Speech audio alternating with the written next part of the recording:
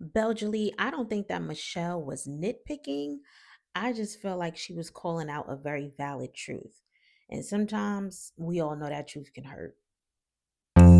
Like it's delirium, ay, ay, like it's delirium, ay, I got delirium, ay, like it's delirium, yeah, yeah, like it's delirium. She just wanna bounce to it, baby, get your giddy on. Walk up to the stage with a drink like I'm Giveon, but I never came here to sing what I'm really on. What's going on, y'all? It's your girl Taina B here, and welcome to my chat party. If you're here to join me for a little bit, a lot of it, fashionably late, fashionably early, to hear my little thoughts, my little views, my little opinions on Married at First Sight, season 20, episode number 9, Time to Confess, then I appreciate you so much from the bottom of my heart. To those of you who are subscribing and joining the VIP party, salute. I see you, and I appreciate you so much. For those of you who keep rocking with me on a regular, thank you so much. You know, it's definitely all love. Don't be shy about hitting that dance floor and, doing your two steps, saying what you need to say, or hitting that like button, or sharing, or just coming in to peek through with the hopes that if you don't decide to do any of the above, when you do view that, you'll come back again at some point and make it do what it do and just join the party. Okay. But y'all, let's go ahead and get into it. This episode starts off with Bel, Julie, and Mecca riding in his work truck together, getting ready to experience a day in the life of his family porta potty business. And I ain't gonna lie, y'all, I do not do well with bad smells because once they got to that porta potty, I noticed how Belle's first reaction was like, "Oh, the smell of it all," and I can't even imagine having to clean other people's wastes. But I say this with all sincerity in my heart.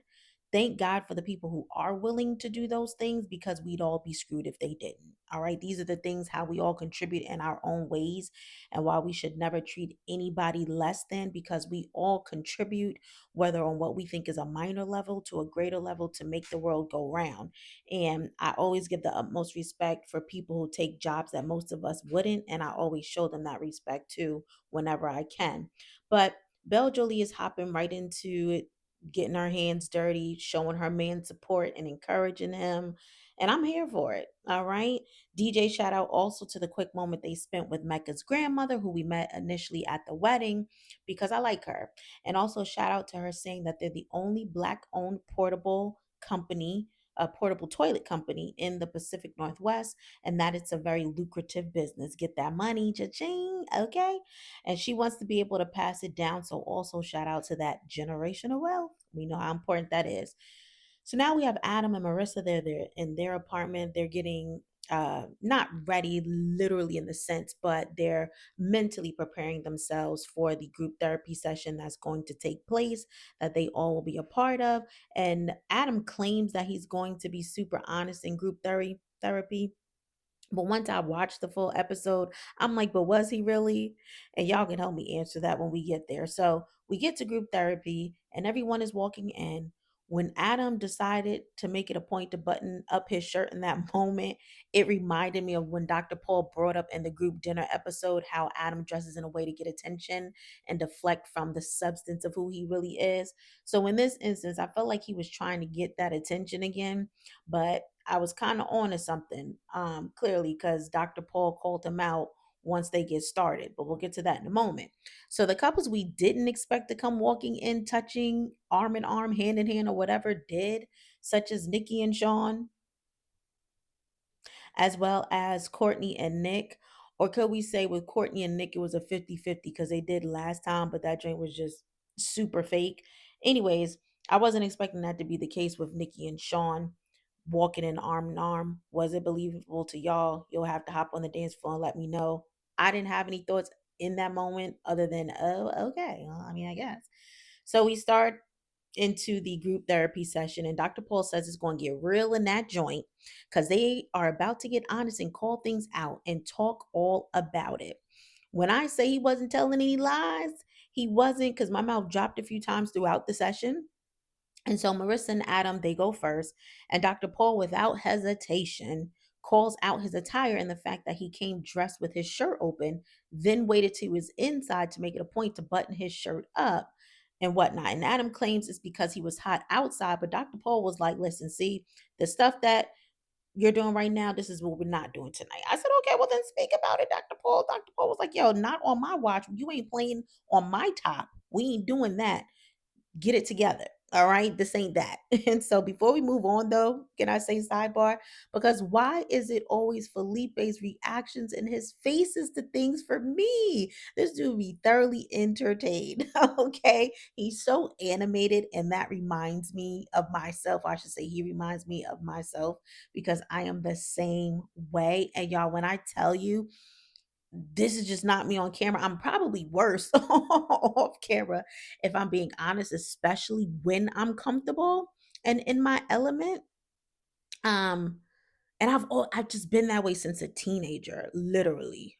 So yeah, I can definitely relate. Just hilarious. But carrying on, Dr. Paul feels like he came into the experiment serious, and that's Adam.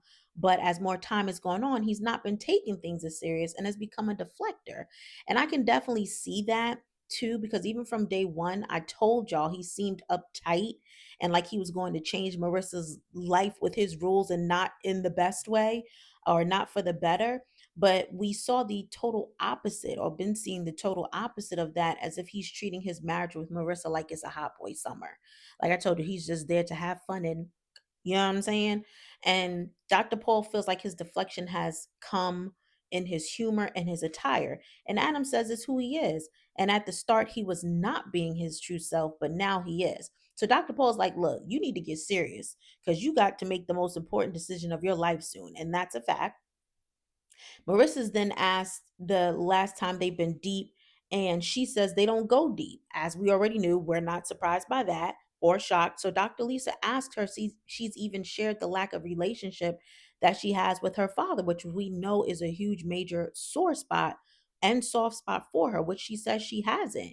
And even then, Dr. Lisa was like, well, that's pretty crazy because she's like, I know about your relationship with your dad more than your husband does, or more than Adam, and he's your husband.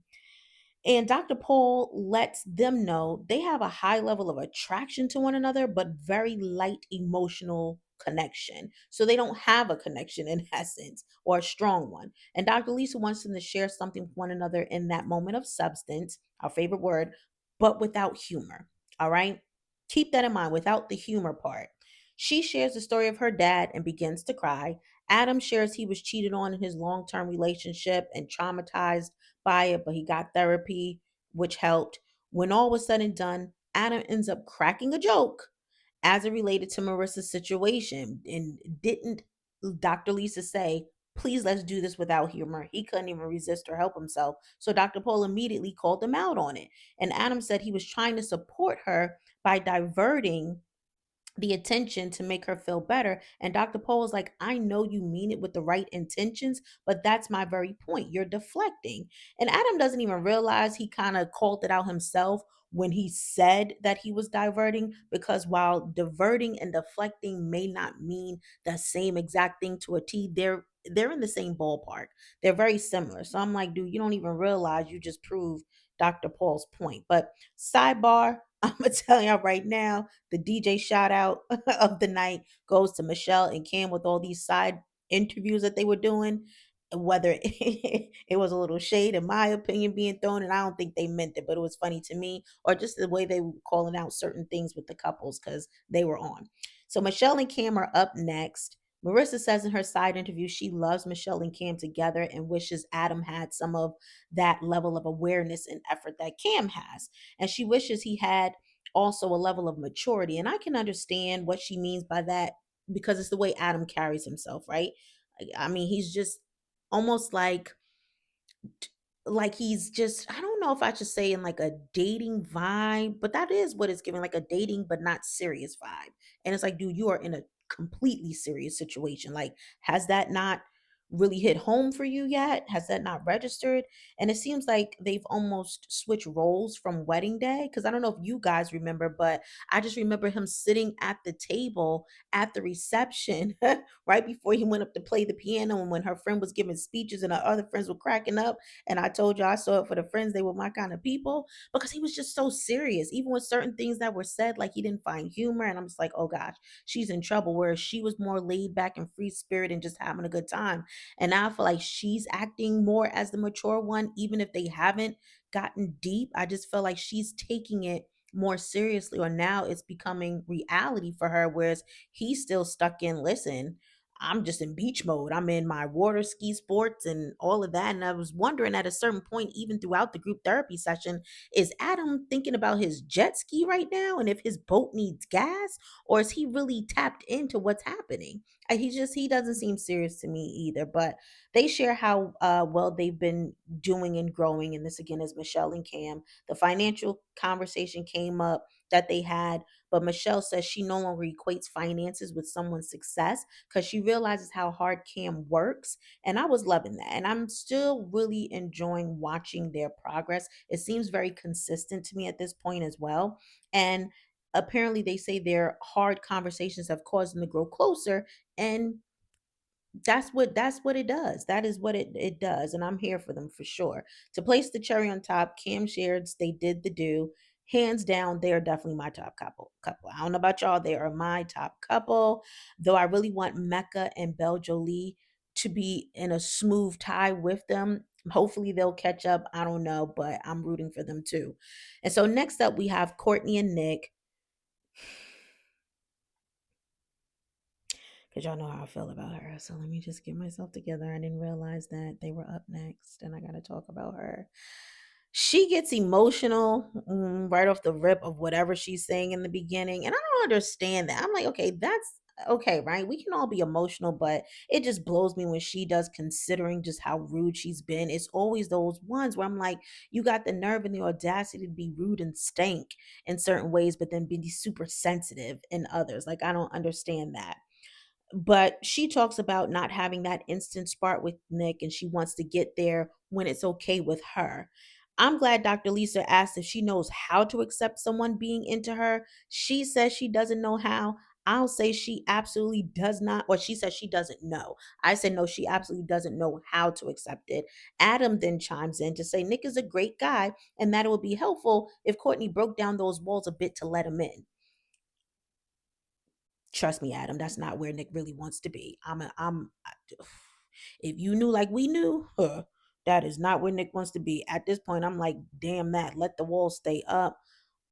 uh, Run into the wall and bounce off of it to head in the other direction if you need to, Adam, because that ain't it. But Dr. Lisa is curious to know what Nick's fears are because he tends to show up shiny and polished, and I will agree with that. And he says he doesn't really know what those are. He doesn't know what his fears are. And Dr. Lisa was like, I call BS. Like, stop with the games. Like, let's get to it. And from there, he's encouraged to look at Courtney and share some thoughts. But through this time, I'm starting to get annoyed with her all over again that fast, per usual, because she's trying to grill Nick like he's not trying hard enough. And she's making these different comments throughout. Like she's taking the role on of the therapist, like she's the doctor in this situation, like she actually and secretly wanted to be doing Dr. Paul and Dr. Lisa's job. And I wish Nick would have done the same thing to her. I wish he would have started calling her out on some stuff and things that she does and let her know, listen, you're not being honest. You're not even trying hard enough because I haven't seen a real stride of effort from you yet. Like, what's up with that? But he didn't. Someone needs to call her out on her mess. But again, that hasn't happened yet. So since we're being real and honest, Nick, you need to be honest about the fact that this girl's been treating you like something stuck on the bottom of her shoe. But nevertheless, Dr. Paul said something interesting because he tells Nick he knows he's been on all these reality shows for that reason. He always feels the need to edit himself. He said, but he's like, don't worry about that and just shoot off the dome and not care where it falls because you have a partner who's safe. And that's the interesting part. I said, Dr. Paul, say what now? He has a partner who's safe. I said, well, that's the huge problem, Dr. Paul. Courtney is not safe. She's the polar opposite of safe. So, as judgmental as she's been to him, why would he feel comfortable enough to do that? He says sometimes he's worried about being judged for his goofy side. I'm like, Nick, that's lame. That's the best you can do. Of all the way, listen, you should have an arsenal of things that you can fire against this chick. And I would have been like, my fear is really falling in love with somebody like her who doesn't know how to respect me and this, that, my fear is, you know, having to like, you know what I mean? Like, you couldn't think of other things. You have so many issues at this point with this girl. My fear is that I can't completely be myself because she's going to criticize and chastise and scrutinize every little thing that I do. My fear is that she's a little too hardcore for me and she comes across as the dude in the relationship and doesn't allow me to be a man. Like, listen, let's not act like we couldn't do this if we really needed to, Nick, but I guess you're doing whatever you got to do to save face. But she then goes on, because talk about performative, to say that she thinks he's great and likes to get deep. And did she say something about how she communicates well and he communicates well? I was like, girl, no, you do not. Because again, you be given the word buffets and nobody knows what the you be talking about. Anyway, so I just felt like she was full of crap in this moment. And I said, okay, well, maybe today you feel like he's great because it was influenced by the thoughts of your family. Because remember, when you went to visit them, you let your sister know if y'all don't like him, then I ain't going to like him either. So I guess since they liked him, you decided that you were going to like him too. But we still question that because even in your side interviews, you were finding reasons not to like him. So the bottom line is, let's stick this word. Let's take the word a performative from Mecca from the other night. It's a pass around each day. And today we're going to give it to Courtney. Whatever. Moving to Felipe and Tori, he thinks things are amazing. Just didn't realize though he'd already committed, he has to commit like it's an everyday thing. He thinks he's doing or going to self sabotage, worrying about the passion part. Dr. Lisa makes some great points and says it's going to plateau at some point, and that's because that's how it goes. And she worries about that for them. And Felipe says that's exactly what happens. He usually plateaus, he loses interest, he becomes an avoidant, he ghosts people, and then he's on to the next. I said, oh my gosh, no. Houston, we have got a problem. That, like, now you just said that like that was just nothing. No, that is a huge problem, a huge problem, right? Are we completely and utterly shocked in this moment? No, because if you've really been paying attention, you can see the workings in there of Felipe and some of the things he said. We're just like, oh, I don't know if this is going to work. And we could take that all the way back to day one from when, he was letting us know he likes to party all night long. And I'm like, party all night long into 4 in the morning. What kind of life is that? Like, are you ready to be serious? But I've been trying to work with him, right? But he's let us know along the way. He's definitely dropped some nuggets. So to make us wonder, but I feel like with this being flat out put out there, that was really like the smoking GU end of the situation to be like, what in the world is happening? And so Tori says, that's scary to hear. And girl, I'm scared for you. I know this could have been a question before now, but just somebody tell me why Felipe's here then, please. Like, just tell me why. He too, like Adam, is giving, he wants to continue his hot boy summer. So I don't understand, but I like how Dr. Paul words it. But he tells Felipe, instead of becoming bored when things become uncertain for him, become incredibly curious instead. He said, "Will never end and only stop when you stop being curious." So I thought that was pretty great advice. I don't know if it's to the right person, but it's great advice. They talk about Tori distancing herself when they were intimate. She says it was due to panic because she feels Felipe could have, just been putting up a facade. And girl, shoot, after hearing what he just said, and now really putting the piece together, I said you might be on to something yourself. Hold that. Hold that thought, put a pin in that, and don't let that release because you might need to reflect on that later on or pull that back out. But they've since done the do again without having separation after, and they seem to be good. Keyword seem. We hop into Mecca and Bel Jolie. Dr. Lisa is curious as to if they've been doing the homework she's assigned, and he says that they skipped all that right through the green light, got to the point where just handling a business in between them sheets. So, in other words, he answered my question from the beginning of my last video. And Dr. Lisa wants to know if Bel Jolie is feeling more desired and connected by him. And she says she never really necessarily felt that she wasn't desired by him. And Dr. Lisa's like, really? Because I thought that was like the core essence of how you were feeling. And Dr. Paul hit it real hard with this next one, y'all. He really, really did when he said he matched them with the goal that they would choose one another, and says he feels Bel Jolie has chosen Mecca every day, but Mecca has not chosen her. And in that moment, you could see the tears well up in Bel Jolie's eyes. They ain't fall, but they definitely welled up. I almost saw her kind of deflate a little bit too. Like, again, he hit something real hard when he said that. And I'm like, man. And they feel like he may not think he's deserving of love and maybe blocking his opportunity to receive love. He feels others are worthy of it, but struggling to accept it for himself. And that makes sense based on his abandonment, right? From the woman in his life. And even Dr. Lisa alludes to that. Dr. Paul says they're showing up different now than they did at the dinner. And he wonders if dinner was more performative than this here, what they're doing in that moment, which seems more authentic. And I said, preach, Dr. Paul, because that's exactly how I felt watching Mecca at dinner. I promise you I did. I might as well even said, I think I said performative myself. And it was just too much and it didn't seem real. It's like you're doing the most, like you are acting for a role and you are trying to win that part, like you're trying to get your Oscar nomination for Best Actor of the Year or whatever it was. And Bel Jolie feels dinner was authentic and says Mecca is authentic, but because, excuse me, and Mecca says it is or was authentic, but because of the social setting, it was more exaggerated on his behalf. So I'm like, couldn't the exaggerated part give way to the fact that that's why we're calling it performative Mecca? Like I feel like that's in the same vicinity. You know what I mean? Of definition, like you were doing the most. You were, and why did you feel the need to do the most? So I can't understand why Belle Jolie would get a little defensive later on in the apartment when Michelle was putting out that truth serum. And I don't think Michelle was wrong. Again, we'll get to that, but I do appreciate Michelle's delivery because it was with love. I don't think she said anything bad or malicious, but excuse me. Excuse me. eh, It was Courtney then chiming in. And this one I thought we were done with her for the night. I'm like, here she comes. Asking him if he loves himself enough to expect love from somebody else. That's the same point the experts were trying to make that you struggle with. So why are you questioning him like you've already figured out the master plan and are in a position to ask him that?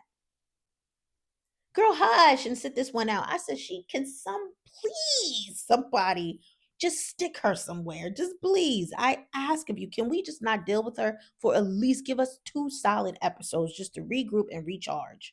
Because she is like, what? So Devin says he sees Mecca is trying, but is just scared. And I can see that too. Devin says he can relate and it's hard to battle, or it's a hard battle, but that he's not alone. Mecca says it all just comes down to him and it's a mental barrier he needs to overcome. And that's sensible.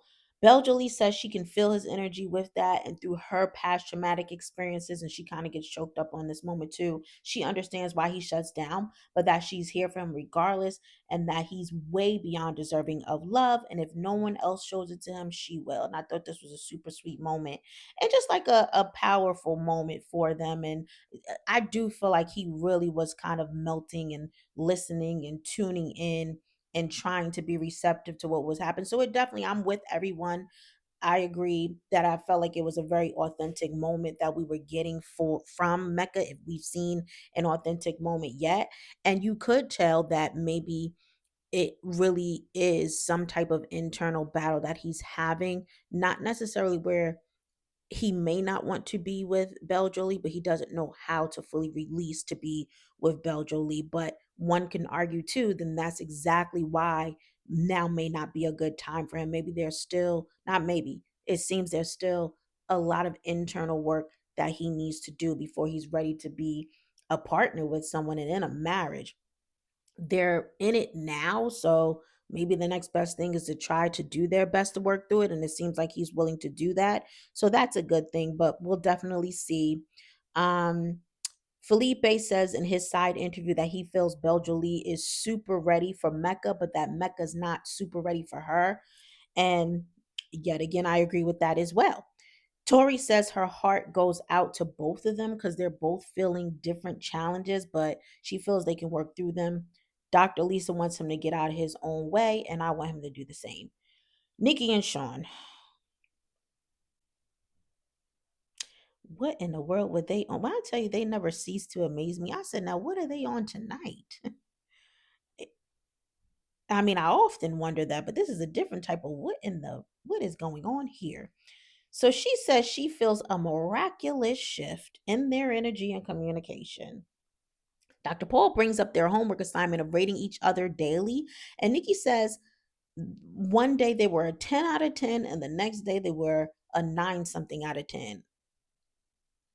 That quickly, after weeks of nonsense, almost on a daily basis, she says they have a lot of commonalities and the air has been lighter, and says if things keep going the way that they have, she can see herself growing a physical attraction to him. However, I said, come on, Nick, with speaking up to ask what I'm sure not just him and the other couples wanted to know, but what America wanted to know when he said, I'm just confused after. See, this is why don't stick me in these sessions because I definitely be chuckling. He said, I want to know how y'all, I'm confused. How did y'all get from dinner, the way things went with dinner the other night, to where y'all are now rating each other a 10 out of 10? He said, I felt like I missed 10 chapters. I said, hello, Nick. Speak on it. Shout out to Candy Burris. Like, what? That fast? Let's be for real. Got to throw a sidebar though, Nick, because I said it's interesting how you can be spot on recognizing other people's mess, but not your own. Are we giving performative, Nick? Are we? The people would definitely say yes from a TV standpoint, but I'm trying to again give you some grace because you even called Marissa and Adam out at dinner the other night for not being deep. Then you had made comments before you even got there about how the couples have cracks in their relationships. So I'm like, how are you missing all of the red flags in yours? But I guess. Nikki or Shawn says they took a different route than everyone else did. This is him answering Nick's question of how they got there. And he said, everyone else started off. No, he said, we started off rocky, but now we're light. And everybody said, oh, started off light, but now they're rocky. And he said some things that Dr. Paul said stuck with him and stuck out and changed his perspective. Nikki says she feels she's usually too sharp in her tone and just wants to learn on scaling that back. But forget all that, y'all. Yet again, it was Cam and Michelle for me and their side interviews talking about how they don't know if they feel the love between them, and all their answers seem contrived, and it's hard to be confident they're going to make it. So can I just switch my answer again? Can I teeter on the fence because it's like what is going on? Yeah, I felt like their session with Dr. Paul, just the two of them, was more genuine than now. So they're confusing me. This back and forth is sending me for real because I don't believe none of this tonight. I'm with Cam and Michelle all day on that one. And I feel like so that was a touche for them for me. But even from what I said last, it was giving or I was giving to this episode to see and the next how long it was going to take for them to get into it again. But I wasn't expecting them to kind of partner up tonight or this last episode and perform together the way that they did. So I feel like that was a pact to save face for them too, because they knew that based off of their last encounter with everyone, it was not a good look for them. And so they had to work overtime to kind of clean up their images. So they throw in the monkey wrench in what I was trying to call, their next argument or next conflict to be. But we'll see. Because I said, I bet you they're going to argue that same night when the cameras go down. But whatever. Devin and Caitlyn, he came into this, he said, with the expectation that they would dive right in and that everything would be great, which is not unreasonable in my opinion, because again, marrying someone at first sight is already an expedited process within itself. So I feel like you got to go in and go hard or go home. And he said it pushes Caitlyn away, so he realized he had to step back and dim down to give her what she needed. And Dr. Paul says many people would debate that's not how love works. And I said, well, count on me to be in the number of people who feel that is how love works. Because while dimming down may not be the best choice words, or I feel like the appropriate words for where I'm going with this, there's still a level of compromise, as I've said before, that goes into marriage. There are some things you're going to have to scale back for the strengthening and the betterment of your union. It just is what it is. Now, of course, I'm not talking about the areas where you shine in a positive way, but in ways that can cause conflict. And in this instance, Devin is requiring a great deal that is unrealistic in Caitlyn's world. And Caitlyn feels that, his light has been diminished. And Dr. Paul feels he's so committed, but doesn't want Devin to lose himself in that process. To which Caitlyn was like, listen, I'm doing pretty good. Last year around this time, or whenever I was back crazy, she said, but I've done a lot of the work to be in a calm space now. She likes their energy and where they're at. She kind of was getting a little defensive too with Dr. Paul, but he then again just reiterates that um never should anyone have to dim themselves to fit. And I'm like, well, again, if that's the case, according to your standards, Dr. Paul, then they're both dimming themselves down, not just Devin, because you have to consider her in this too. She's having to scale back then from her space to give him what he wants, and then he's having to scale back from what he wants to give her space. It's just a lot. Overall, I just feel like they just need to find different people. Clearly they're not the ones for each other, but they agree that they're going to both work together and try. Good luck, guys. They all end up heading home because that's the end. Matter of fact, no, rewind. Dr. Lisa wants a rapid answer as to if decision day was today, what would each couple's answer be? Some of the folks were full of crap, in my opinion. Courtney, she said she'd be undecided. Girl, no, you wouldn't. You would say no. Nick, Nick said he would be undecided. I said, Nick, is that how you really feel though? Or would it be a straight up no? Is that your TV response? Nikki, undecided girl, you would not. You would head for the hills and run for the border in the fastest and most classy way possible. Adam and Marissa, undecided. Well, and maybe not. You know what? No, excuse me. I'm sorry. Adam and Marissa, they said yes, but I feel like that was a fluff answer. Yeah, y'all are undecided because again, you're enjoying the fun of this right now. But even if they were to say yes after this decision day, I would be curious to know how long they would make it when real life realities, issues, challenges, problems start to kick in, and it ain't all about vibing. Okay, as y'all like to, or as Adam likes to say. But anyways, now they're heading home. Even in the car ride with Caitlyn, she's saying she needs a massage.